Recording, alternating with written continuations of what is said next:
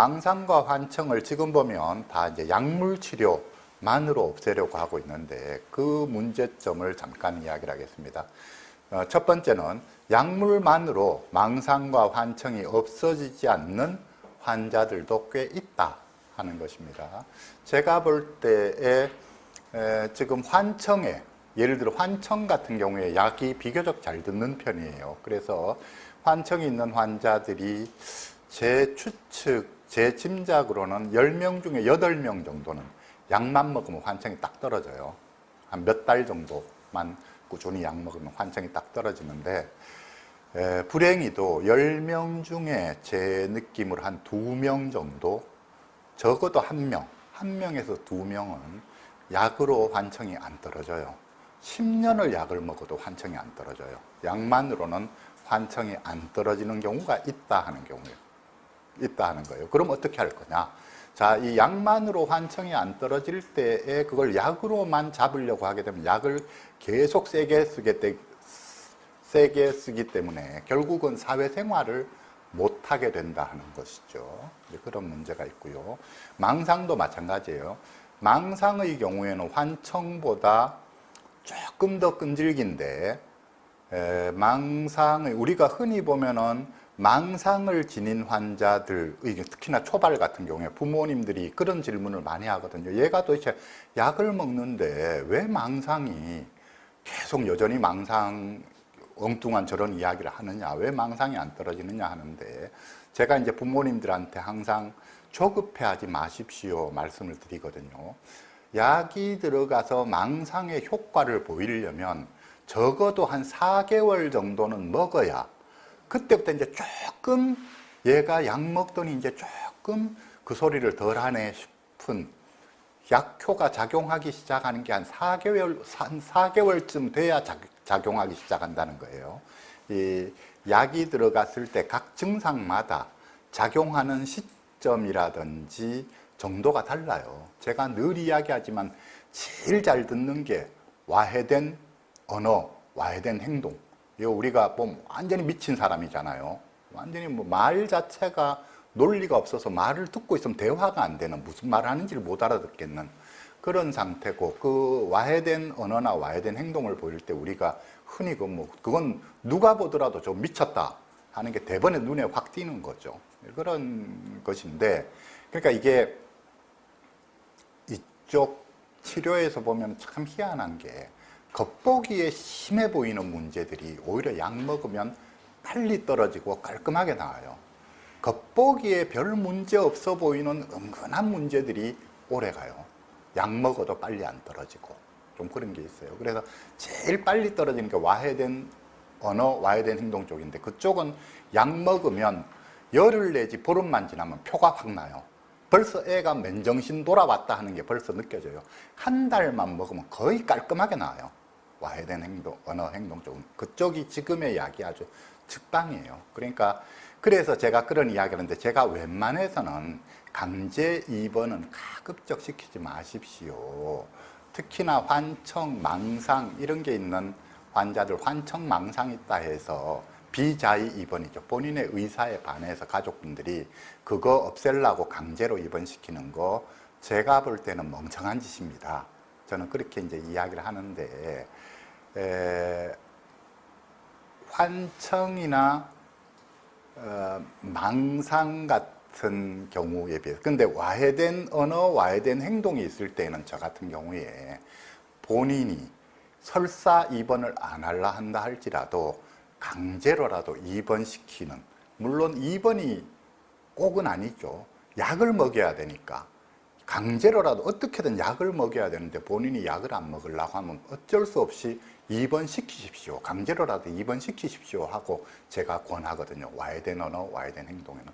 왜냐하면 그 친구들은 그 문제를 보일 때 그야말로 자기 판단력이 없기 때문에, 자기 정신이 아니기 때문에 그거를 스스로 선택할 때까지 기다린다고 해서 되는 문제가 아니에요, 이거는. 그래서 세월이 하염없이 가거든요, 그렇게 되면은. 그래서 와해된 언어, 와해된 행동 쪽은 약만 들어가면 금방 효과가 나타나니까 강제로라도 어떤 방법으로든 약을 먹이십시오. 강제로라도 치료하십시오 하는 게 이제 제가 권하는 것이고, 그 다음에 환청이나 망상 같은 경우에는 환청이나 망상이 있다 해도 본인의 자기 판단을 할 수 있는 부분이 남아 있거든요. 그렇기 때문에 자기 판단에다 맡겨줘야지 되고, 환청이나 망상이 있는 경우에 강제로 입원시켜야 될 때는 항상 그 기준이 위험하냐 위험하지 않느냐, 오직 그것만 봐라. 위험하다라고 할 때에만 강제로 입원시키거나 강제로 뭔가를 해야 되지, 위험하지 않은 망상, 위험하지 않은 환청을 그걸 강제 입원 같은 걸 통해서 해결하려고 하는 건 어리석은 일이다 하는 게 이제 제 이야기예요.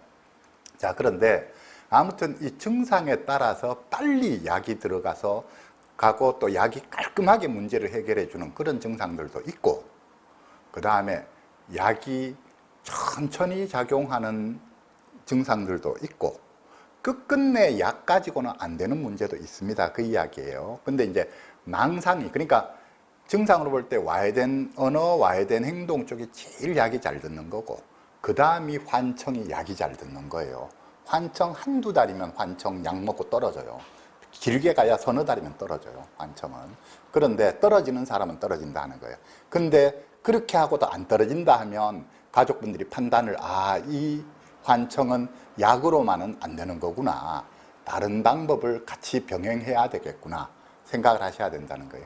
그 다른 방법 중에 가장 대표적인 건 상담이죠. 뒤에 이제 자세히 말하겠지만 이 환청을 떨어뜨리려고 하게 되면 결국은 자기 노출, 자기 개방이 필요해요. 자기 속마음 이야기를 하게 해야 된다는 것이죠.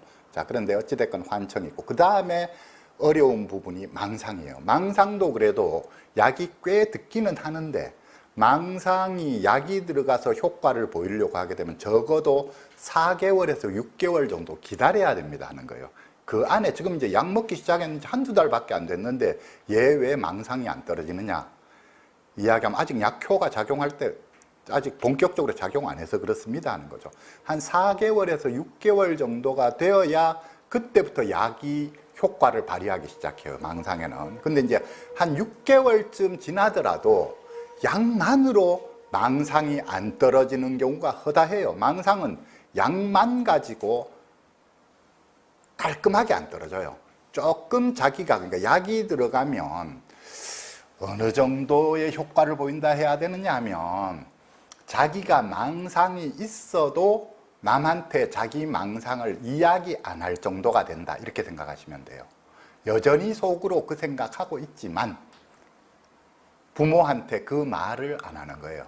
딴 사람들한테 그 말을 안 하는 거예요. 딴 사람들한테 내가 이 말하면 딴 사람이 나를 어떻게 볼까 하는 거를 내가 알기 때문에 더 이상 말을 안 한다는 거예요. 그래서 이제 사실 망상을 지니고 있는데도 상당수 가족이나 주변 사람들이 보면은 제 이제 망상 떨어졌다고 생각하는 경우가 있어요. 아니에요.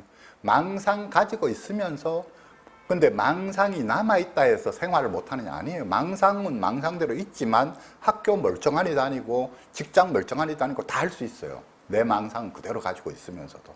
그거는 별개의 문제예요. 그런데 그래서 이 망상은 은근하게 오래 가기 때문에 6개월이 지나도, 약을 6개월 이상 먹어도 몇 년씩 은근하게 오래 가요. 은근하게 오래 가기 때문에 이 망상을 해결하려고 하면 역시 제 하는 이야기가 심리 상담 받아야 됩니다. 아니면 심리 상담을 안 받는다면 역시 자기 노출, 자기 개방할 수 있어야 됩니다. 그래야 떨어지는 거지. 약만 가지고 완전히 떨어지기가 어렵습니다. 그 이야기예요. 자, 그래서 어찌됐건 망상과 환청에 대해서 첫 번째, 약물만으로 망상과 환청을 치료하려고 할 때 약물만으로 망상과 환청이 깔끔하게 안 없어지는 환자들도 꽤 있습니다. 그 이야기를 드릴 수 있고, 두 번째, 제가 꿈에 대해서 비유를 하는데 이 망상이라든지 환청과 같은 것이 일종의 악몽과 같은 것이다 하는 것이죠. 꿈꾸는 것 같은 것인데 우리가 매일처럼 얘가 악몽을 꾼다 라고 했을 때에 이 악몽을 약을 먹여서 악몽을 꾸지 않도록 만들었다 라고 하게 되면 우리가 과연 치료를 했는 것이냐, 과연 문제 해결이 된 거냐 생각을 해보자는 거예요. 우리가 꿈이라고 하는 거는 누구나 다 꿈을 꾸는데 우리가 좋은 시기에는 내가 모든 하는 일이 다 잘 되고 주변 사람들이 나를 잘 대해주고 내가 행복하게 잘 사는 시기에는 꿈을 꿔도 계속 좋은 꿈을 꿔요. 꿈에서도 막 너무 신나고 좋은 일들이 많아서 꿈꾸다 말고도 막 웃고 꿈에서도 막 그런단 말이에요. 그런데 우리가 어떨 때 악몽을 계속 꾸느냐 하면 내 상황이 힘들 때, 하는 일이 뭔가 잘 안 될 때, 곧 뭐가 큰 어떤 잘못된 뭐 회사가 부도가 난다든지 뭐가 크게 일이 잘못될 것 같은 느낌이 들 때, 주변 사람들이 나를 적대적으로 대할 때, 아무튼 이런 때에 이제 우리는 계속 악몽을 꾸는 거죠. 악몽을 꾸는 거예요. 그래서 그래서 자기가 계속 매일마다 악몽을 꾼다라고 이 꿈 좀 안 꿨으면 좋겠다라고 한다 해서 그 꿈만 안 꾸게 한다고 과연 문제가 해결이 된 거냐라고 이제 제가 묻는 거죠. 자, 그래서 또 다른 질문인데, 망상과 환청은 단순히 고장난 뇌의 잡음일 뿐인가? 라고 하는 것이죠. 지금 우리가 이제 이 조현병이나 조울증이나 아무튼 이런 정신질환을 뇌의 질환이다 라고 해서 뇌에 뭔가 신경전달 물질의 전달 체계에 뭐가 잘못돼서 뇌가 혼란에 빠진 것이다 라고 했는데, 그렇다면 우리가 망상이나 환청이라고 하는 게 아무 의미 없이 그냥 뇌가 혼란에 빠져서 그냥 그야말로 아무 나하고 아무 관계없는 생각이 막 일어나고 아무 관계없는 소리가 들리고 아무 관계없는 게 눈에 보이고 그러는 거냐? 그렇지 않다는 거예요. 망상이나 환청이 단순한 잡음이 아니고 이것도 의미가 있다 하는 거예요. 이런 거죠. 제가 아까 망상과 환청을 꿈에 비유했잖아요. 꿈으로 따지자면 우리가 꿈에도 의미가 없는 꿈이 있고 의미가 있는 꿈이 있어요. 어떤 꿈이 의미가 있는 꿈이냐면 계속해서 반복적으로 꾼다. 우리가 반복적으로 꾸는 꿈을 누구나 꿔보신 경험이 있을 거예요. 똑같은 주제에 내지는 똑같은 장면에 똑같은 비슷한 스토리에 어떤 꿈이 계속 전에도 한번 꿨는데 또 꾸고 또 꾸고 또 꾼다.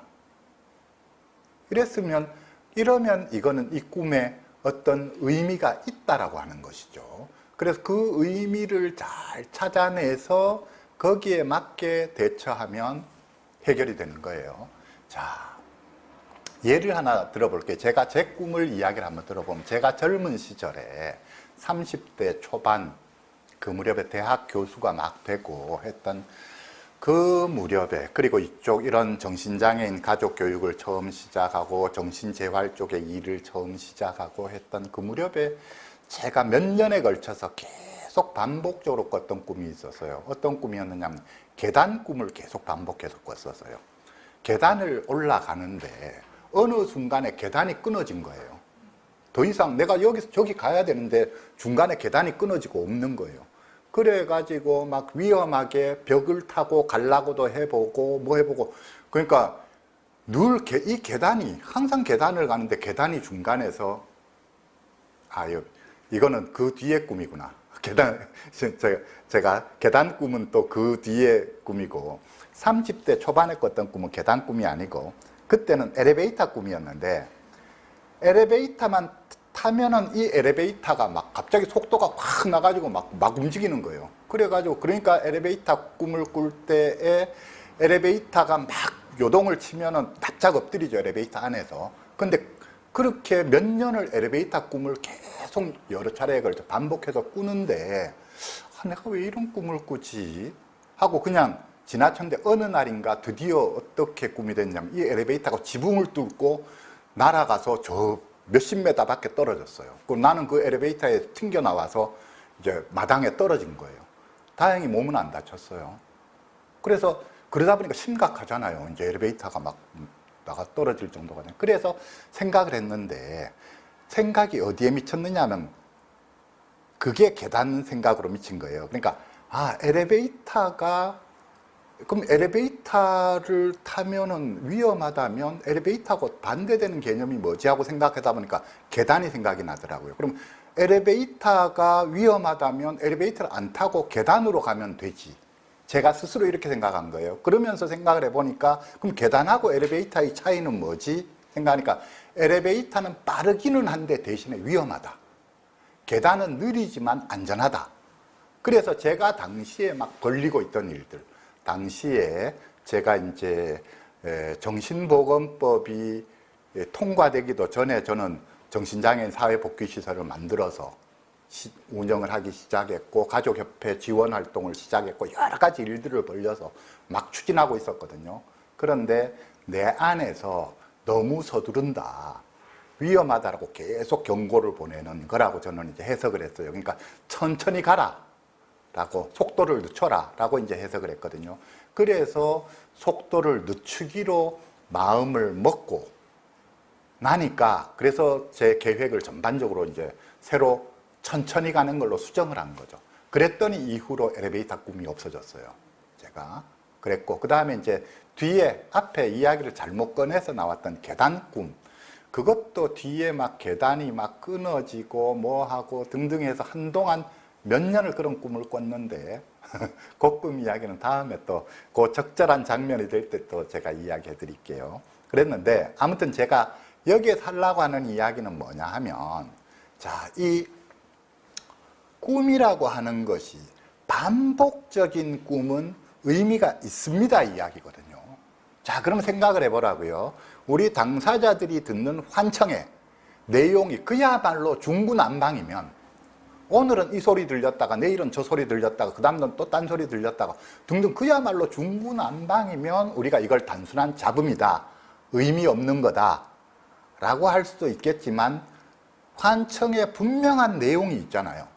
계속해서 자기가 하는 행동을 지적하는 환청이라든지, 자기를 비난하는 환청이라든지, 경고하는 환청이라든지, 자신의 행동을 중계하는 거라든지, 아무튼 뭐가 각자마다 자신이 듣는 환청에 일정한 주제가 있다 하는 거예요. 그렇다면은 이 환청에 어떤 의미가 있는 걸로 우리가 받아들여야 되지 않느냐. 꿈으로 따지자면 반복적인 꿈으로 생각해야 되는 거 아니냐 하는 것이죠. 그 다음에 망상도 보세요. 망상에 명확한 스토리가 있잖아요. 망상이 중구난방으로 말도 안 되는 뭐 이런 생각 저런 생각 저런 생각이, 오늘은 이런 망상 이야기했다, 내일은 저런 망상 이야기했다, 그 다음은 저런 망상 이야기했다 하는 게 아니라 계속 똑같은 망상 이야기 하잖아요. 똑같은 인물이 등장하고 똑같은 스토리가 전개되는 망상을 이야기하거든요. 그러면 이건 의미가 있다 하는 거예요. 그래서 요거는 제가 이제 하는 이야기인데, 저는 이렇게 이야기하죠. 우리가 이해하기 쉬우려고 하게 되면은 환청은 마치 꿈과 같은 거라고 이해를 하면 이해하기가 쉽고, 망상은 내가 보는 연속극, 드라마 같은 거라고 생각을 하시면 돼요. 망상은 정체되어 있는 게 아니에요. 망상은 전편에 이어서 다음날 되면 후속편이 또 나와요. 그 다음날 되면 그 후속편이 나오고, 그러니까 우리가 드라마하고 똑같아요. 내가 매일 저녁마다 내가 보면, 우리 특히나 아주머니들 드라마에 재미 붙이신 분들은 매일 저녁 먹고 설거지하고 나면 앉아서 내가 보던 드라마 봐야 되잖아요. 스토리가 어떻게 되나 궁금해서. 그 드라마 보는 게 무지무지하게 재밌으니까 그 드라마를 계속 본단 말이에요. 그것과 유사하다는 거예요.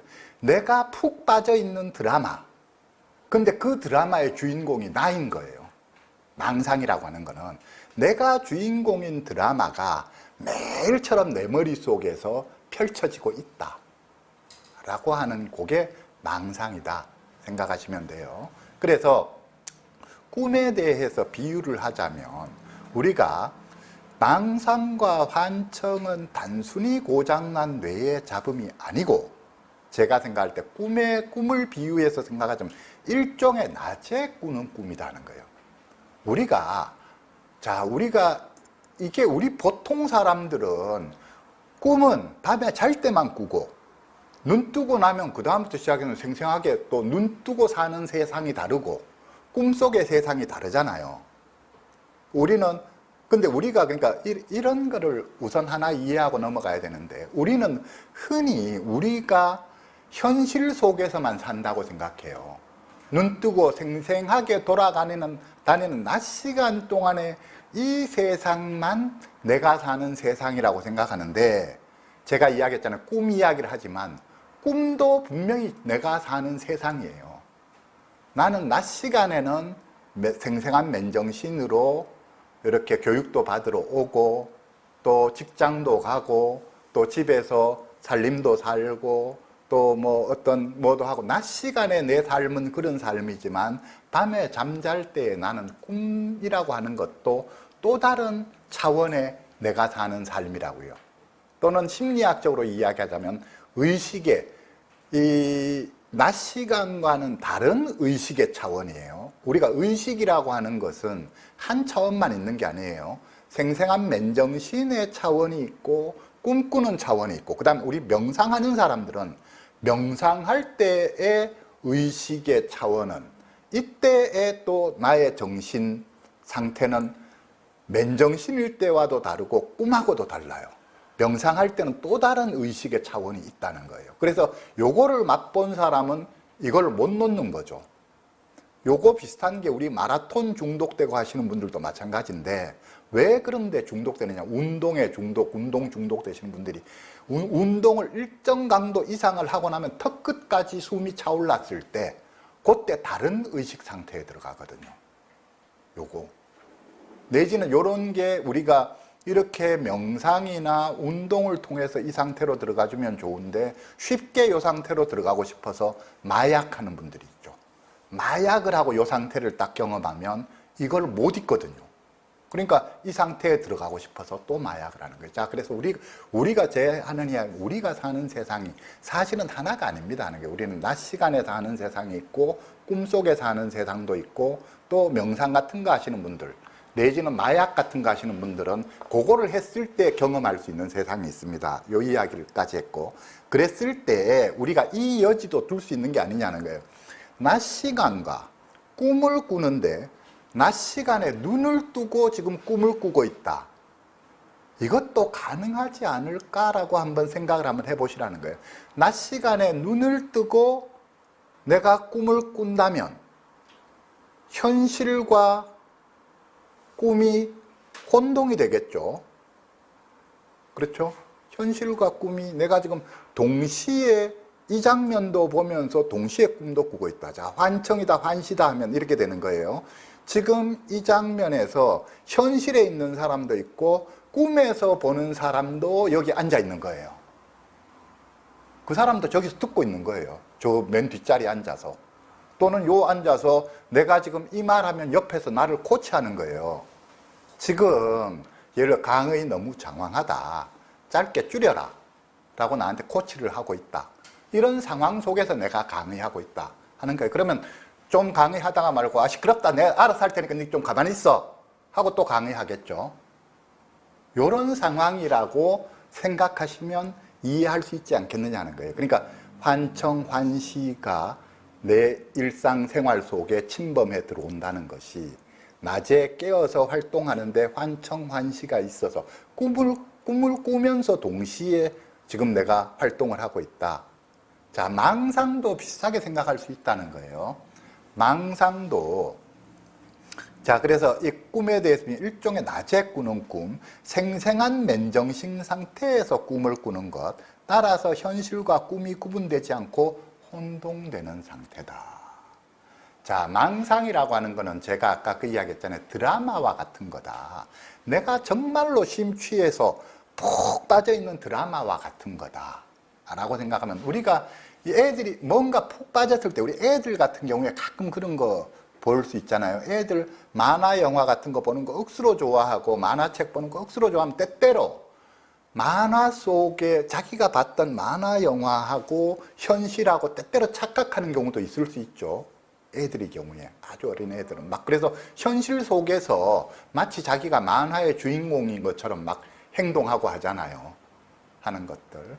또 어떤 면에서 볼 때에 우리 소꿉놀이도 그 비슷한 걸로 볼 수 있을까요? 애들 때에, 자, 소꿉놀이, 엄마 아빠 놀이, 소꿉놀이 같은 걸 하면서 거기에 자기가 푹 빠져들면은 진짜 그 상황이 단지 소꿉놀이일 뿐인데 그게 진짜 엄마 아빠인 것 같고 진짜 뭐인 것 같아서 그 안에서 막 엄청난 질투도 나오고 뭐도 나오고 그 안에 푹 빠져 있을 때는 그렇지. 그래서 별거 아닌 거 가지고 자기들끼리 소꿉놀이 하다가 또 말고 심하게 싸우기도 하고 하잖아요. 그게 완전히 현실 그래서 우리가 느끼는 감정처럼 느끼고 등등 하니까. 그러니까 자기가 무엇인가에 푹 빠져 있으면 그게 완전히 현실처럼 느껴질 수 있다 하는 거예요. 그런 거. 그래서 자, 아무튼 우리가 망상과 환청을 꿈에 대해서 비유해서 생각을 해볼 수도 있고, 그 다음에 망상과 환청에는, 그래서 망상과 환청은 단순히 아무 의미 없는 잡음이 아니라 어떤 의미가 있는 어떤 것이다. 그것에는 심리적 뿌리가 있다는 거예요. 그러니까 심리적으로 의미 있는, 어떤 의미가 있는 것, 심리적으로 중요한 것, 마음속 심층의 메시지를 전해주는 것이다. 앞에 했던 이야기로 돌아가자면 매일처럼 반복해서 꾸는 꿈은 반드시 의미가 있기 때문에 반복해서 꾸는 겁니다. 그러면 이게 보세요. 우리가 그게 얼마만큼 강력한 의미가 있으면 귀에 들리겠느냐는 거예요. 우리가 그냥 생각만 매일처럼 그 생각이 나도 그렇잖아요. 매일 같은 꿈이 꾸어진다든지 아니면 깨어있는 맨정신에 계속해서 맞다 내가 그거 해야 되는데, 맞다 내가 그거 해야 되는데 라든지, 아니면 지나간 옛날 일을 두고 후회가 되기도 하겠죠. 그때 내가 왜 그랬을까, 수시로 문득문득 계속 떠올라서 괴로운, 이렇게 생각으로만 해도 우리가 그게 의미가 있는 것이기 때문에 생각으로 매일처럼 생각이 나면서 후회가 되는 것이고, 매일처럼 생각이 나면서 그게 걱정이 되는 것인데, 얼마만큼 강력한 것이면 그게 심지어 귀로 들리겠느냐는 거예요. 생각을 해보세요. 이게 의미 없는 게 아니라는 거예요. 귀에다가 대고 직접 소리로 들릴 정도가 되면 뭔가 강력한 나와 관련된 뭔가 어떤 의미를 지니고 있다는 거예요. 마찬가지로 내가 가진 망상이라고 하는 것도, 내가 망상 속에서 어떤 연예인이 나를 좋아한다는 망상을 가졌다. 얼마나 그 마음이 간절했으면 그게 현실로 착각할 정도로 그렇게 느끼겠느냐. 내가 마찬가지죠. 여러 종류의 망상들이 있죠. 내가 뭐 서울대학교를 나왔다는 망상도 있고, 어떤 노래를 내가 작곡했다는 망상도 있고, 또는 옆집 사람이 나를 괴롭힌다는 망상도 있고, 그게 얼마만큼 강력했으면 그게 나한테 그냥 그런가? 저 사람이 나한테 뭔가 나쁜 마음을 가지고 있나? 하는 물음표가 아니라 그런 게 분명해 라고 내가 단정적으로 확신할 수 있는 정도가 되려면 도대체 얼마만큼 강력해야 이게 그 정도가 되겠느냐 하고 생각을 해보시라는 거예요. 그러니까 제가 여기에서 지금 이야기하려고 하는 건 의미 없는 게 아닙니다. 일단 자, 망상과 환청은 우리한테 분명히 괴롭고 매우 성가시고 우리를 힘들게 하는 것인데, 그렇지만 그것이 의미가 없는 것이 아니라 매우 큰 의미를 지닌 어떤 것입니다 하는 게 제 생각이에요. 따라서 단지 우리가 망상이라든지 환청이 생기면 부모도 그렇고 본인도 그렇고 다들 어디 집중하느냐, 이거 없애는 데만 집중한다는 거예요. 근데 제 이야기는 단지 없애는 것만으로는 충분하지 않습니다 하는 거죠. 없애면 덜 괴롭기는 하죠. 하지만 그 망상과 그 환청이 나에게 전달하고자 했던 어떤 메시지는 내가 포착하지 못하는 게 된다는 거예요. 그러니까 달리 말하자면 내 삶에 있어서 중요한 어떤 미해결 과제를 남겨놓고 그냥 지나가는 거라는 거예요. 이 미해결 과제 해결하라고 환청과 망상이 들어서 나를 붙들고 늘어지는데, 그거 뿌리쳐버리고 마치 없는 듯이, 사실은 여전히 그 문제는 내 삶에 해결되지 않고 존재하는데 마치 없는 듯이 나는 무시하고 살아가는 방식이 된다는 것이죠. 자, 그래서 망상과 환청에 대한 이전에 제가 했던 강의들이 있는데요. 망상에 대한 강의는 대표적인 게 촛불 추천 149라고 하는 2시간 분량의 강의예요.